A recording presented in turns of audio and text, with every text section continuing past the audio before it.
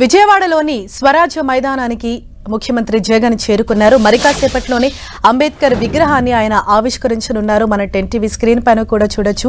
విజయవాడలోని స్వరాజ్య మైదానంలో అంబేద్కర్ విగ్రహావిష్కరణ మరికాసేపట్లో జరగబోతోంది.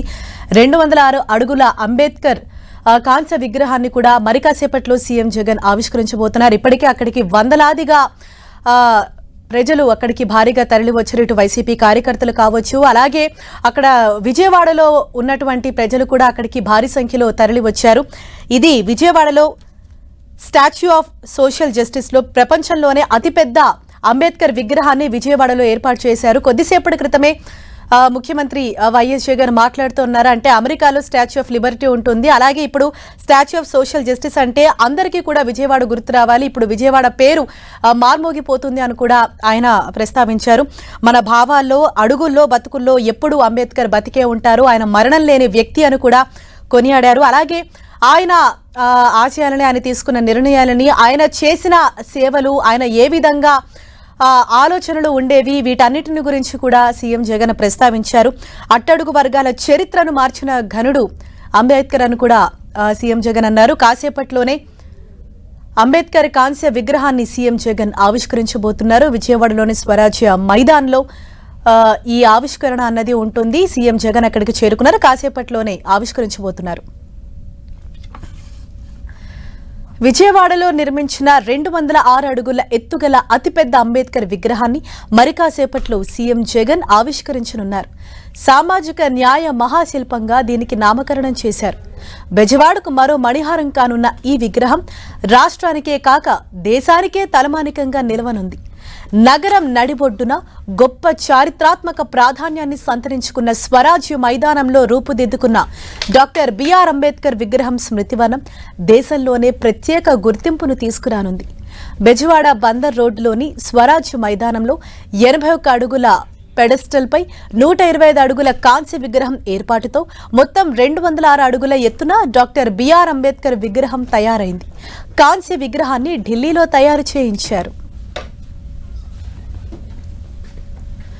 అంబేద్కర్ విగ్రహం బేస్ లో గ్రౌండ్, ఫస్ట్, సెకండ్ ఫ్లోర్లు ఉన్నాయి. గ్రౌండ్ ఫ్లోర్ లో 4 హాళ్లు ఉండగా ఒక్కొక్కటి 4000 చదరపు అడుగుల విస్తీర్ణంలో ఉంటాయి.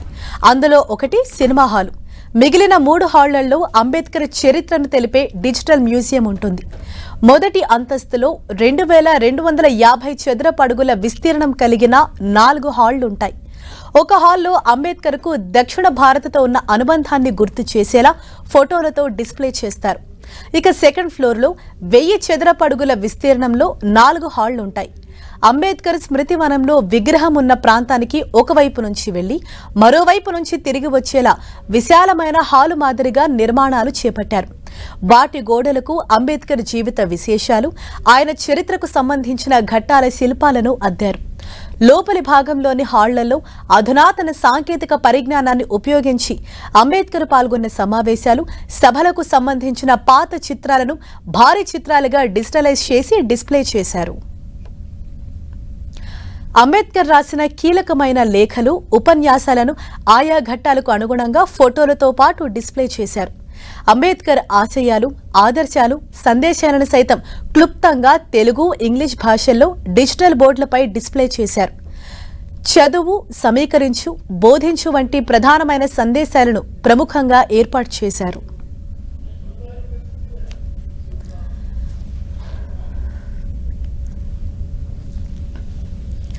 విజయవాడ నడిబొడ్డున ఆకాశమంత ఎత్తైన అంబేద్కర్ విగ్రహాన్ని అక్కడ ఏర్పాటు చేశారు.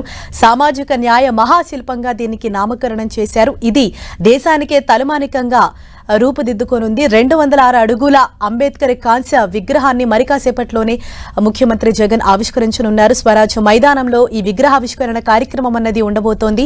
ఆకట్టుకునేలా అక్కడ మ్యూజికల్ ఫౌంటైన్ సైతం ఏర్పాటు చేశారు.